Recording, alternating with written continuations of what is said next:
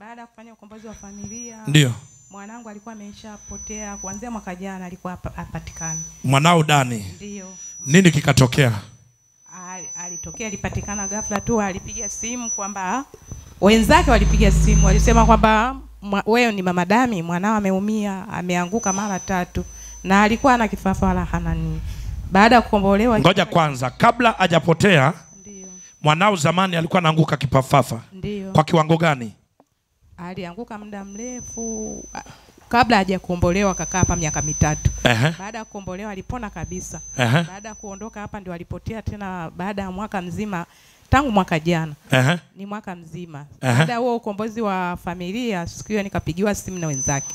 Wewe ndio mama Dami? Nikaambia ndio. Kwani nyinyi akina nani? Sisi hapa mwanao ni Dami, ameanguka kwa muda wa kama mara 3.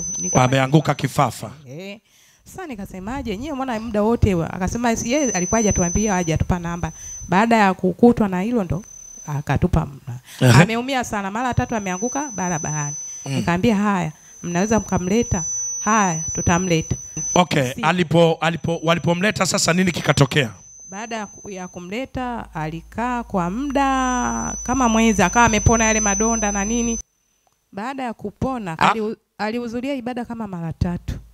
Sasa mara ya 3 akasemaje, mama, mimi ngoja nianze shughuli zangu za magari, maana alikuwa na shughuli za magari za Ukonda. Nikamwambia umepona vizuri? Akasema ngoja tu nianze nitafute na sadaka ili niende kwa baba. Nikamwambia sawa. Siku ya Jumatatu ametoka hapa ibada, siku ya Jumapili imeisha ibada, akaenda kwa wenzio kwa Mbezi, akamwambia anza. Jumatatu alienda vizuri, akarudi huko akasema mama, nimeamua nafasi yangu inapatikana, niendelee tu kuhudhuria. Jumanne karudi vizuri. Jumatano ameondoka asubuhi, nikaondoka mchana kuja ibadani kanisani darasani. Darasa likaisha, sasa tunataka tuingie kwenye mkesha tunakula, ndio tukapigiwa simu na mdogo wake analia. Akasema mama, kaka Dami kapata ajali Suka, kapigwa, ipo hoya, amepelekwa na tumepigiwa simu, ipo Kimara, ipo na kakapita. Haya nenda na mimi basi naenda. Kabla sijaondoka hapa kwenda Kimara, tukawa tufanya nini? Tukapigiwa simu, hapa amekataliwa, hali ni mbaya, inabidi aende Mwananyamala. Basi ikabidi ukapigiwa simu, Mary akawa amekupigia simu. Baada hapo akasema ingieni badani, nendeni na msimwache aende peke yake, muende na mama mliopo hapa. Tukaenda na mama Doris na mama Mabonge, tukaenda mpaka kufika kule. Kweli hali ilikuwa ni mbaya sana, ikabidi afanywe check up ya hapo ni Mwananyamala. Ndio. Ikafanywa wakati Kimara alishonwa nyuzi, akasema damu inatoka sana. Walianzia dispensary ya Kimara mwisho. Walimshona nyuzi, wakamwekea dawa walinunua dawa ya kufunga ile damu stoki. Akasema nenda Mwananyamala, hali sio nzuri, akafanyiwa check up. Baada ya kufanya check up 1,200,000, ikabidi afanye nini?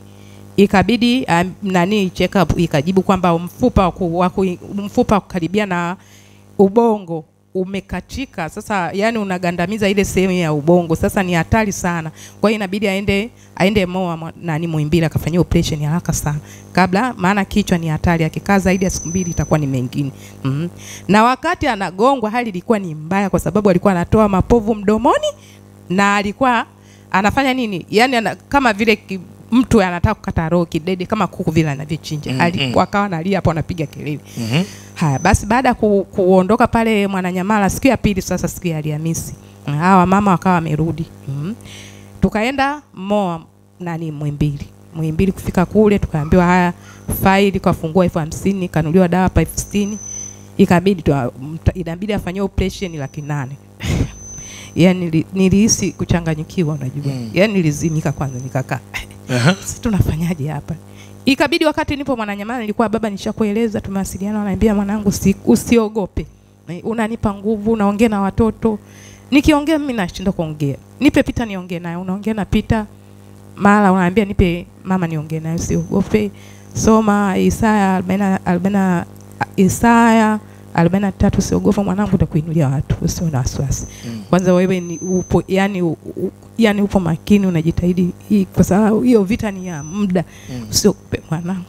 Basi baada hapo nikawa napambana. Haya, umenitumia hela, nikawa nimetumia hela nyingi tu. operation. Siku ya Juma Alhamisi ndio ilibidi afanyiwe. Sasa tukachelewesha ile hela, ikabidi alane tena. Daktari anasemaje? Yaani nyinyi hii leo siku ya Ijumaa, akilala tena kesho hali ni mbaya. Hajazinduka hapo tangu Kimara alipozinika. Hali itakuwa ni mbaya. Kwanza kesho sidhani kama atafikisha. Na huku baba anapiga simu, bado hajafanyiwa, bado hela amefikisha ngapi? Nikamwambia 200,000. Haya, akatuma hela nyingine na mwanae, na akasema kuna mwanangu hapa atatuma hela nyingine. Akatuma. Pamoja na hivi hela 400,000 imeshakamilika, atawekwa kwenye foleni. Ngoja nimwambie mwanangu kuna madokta anajuana naye, Mwalimu Kimei. Nikashukuru, yani dakika hiyo hiyo akapiga simu mwalimu. Baada ya kupiga simu akapewa jina na kila kitu. Haikupita hata saa tukaambiwa hivi, mgonjwa wenu tayari yupo namba 2, kesha fanywa operation. Kwa hiyo wakati Dani anaingizwa kwenye chumba cha operation hata ninyi mkuambiwa? Tukuambiwa. Sema amen. Mnaelewa ushuhuda wa mama Dani? Wangapi wanauelewa? Walipokuwa Mwananyamala hali ilikuwa ni mbaya. Sema amen. Lakini nikasimama kama baba kutoa matamko ya kinabii, maombi, lakini pia kutoa pesa kwa ajili ya kufanya matibabu Mwananyamala. Maana waligoma wawezi wakatoa transfer bila hela zao kulipwa. Ilikuwa ni 1,500,000, si ndio? Ndio. Baadaye walipofika Muhimbili natakiwa 800,000. Sema amen. Ndio mama hapo anakuambia alichanganyikiwa mpaka akasikia kuzimia. Ikabidi sasa madaktari wakasema wapewe advance 400,000. Na kama 400,000 hamna, basi mtoto itabidi afe. Sema amen. Hivi naongea na mtu mpaka kule nyuma. Haleluya. Ndio sasa wakawa na hela tena kidogo, karibia 1,200,000. Ikabidi tena nipambane hapa na wanangu tutume hela, na ndio mtoto wake sasa fanywa operation. Sasa tunajua unaweza ukatoa hela, lakini bado mgonjwa akafa kwa sababu ya watu ni wengi wa kufanywa operation. Kwa nikampigia mwanangu Mwalimu Devote, kamwambia wapigie wale marafiki zako wa Muhimbili madokta, waambie kwamba tuna mgonjwa wetu hapo. Kwa Mwalimu Devote akiwa hapa kanisani kapiga simu moja kwa moja. Hawa wanasubiri waende wakalipie kwanza, maana pesa zimeshapatikana, lakini wale madaktari ambao tuliwapigia simu wakaenda moja kwa moja, wakamkuta hali yake ni mbaya bila kuambia wazazi. Wakamchukua Dani wakamfanyia operation. Baada ya saa moja, hata wajamaliza malipo, madokta wakawaita wakawaambia mgonjwa wenu tayari ametoka theater na tumemfanyia operation salama. Amen.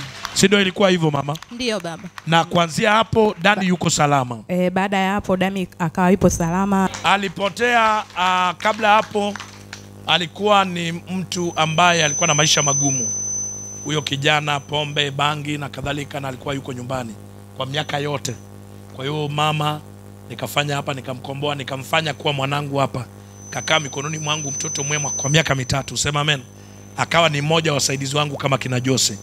Kaondoka. Ndio hivyo mama alipokuja sasa kwenye ukombozi wa familia hii ambao tunafanya baada ya ibada, ndio alivyofanywa tukakomboa familia tu. Wiki iliyofuata ndio Dani akarudi mwenyewe nyumbani. Baada ya mwaka moja mamake hajamuona. Sema amen. Lakini unaona shetani hataki. Hii ni vita vya madhabahu za kifamilia.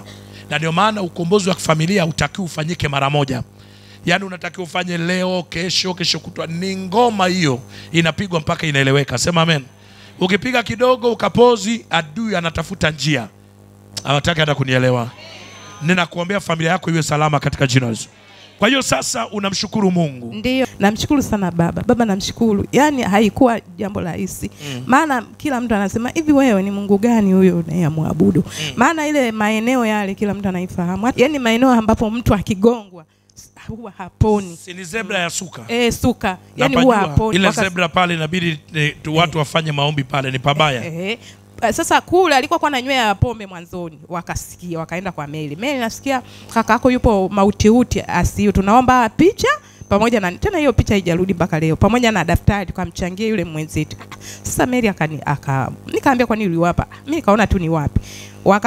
Wakachanga mchango wa nani wa kifo, wakachanga na mchango wa ugonjwa. Zote wakafukia, hatujaona wakala. Ndio. Kwa hiyo Dani yule wamesha kusanya kwamba amekufa. Kuna watoto wetu hawatakufa kizembe. Amen. Inua mkono wako juu, sema sitakula walichonipakulia. Sitakula walichonipakulia. Okay, mama, mtoto wako yuko salama. Nashukuru sana na baba. Neema imeachiliwa juu ya familia hii. Asante baba. Mungu atende mema. Asante baba. Mmepata nafasi ya hii season. Nilisema ni season, ni nyakati. Manabii anafanya kazi kwa nyakati na majira. Ni wakati ambao Mungu amenituma kukomboa familia baada ya ibada. Make sure unapambana na ukombozi unaofanya sio lazima uone kwa macho. Wengi unataka ikuguse. Miujiza ya Mungu haigusi kama anavyomgusa mtu. Utaona kesho matokeo yanayotokea. Amani ya Bwana iwe nawe. Na kubariki katika jina la Yesu. Ndugu yenu anawashukuru na mmeonyesha solidarity, umoja na upendo. Asanteni sana, Mungu awabariki. Asante. Inuka juu.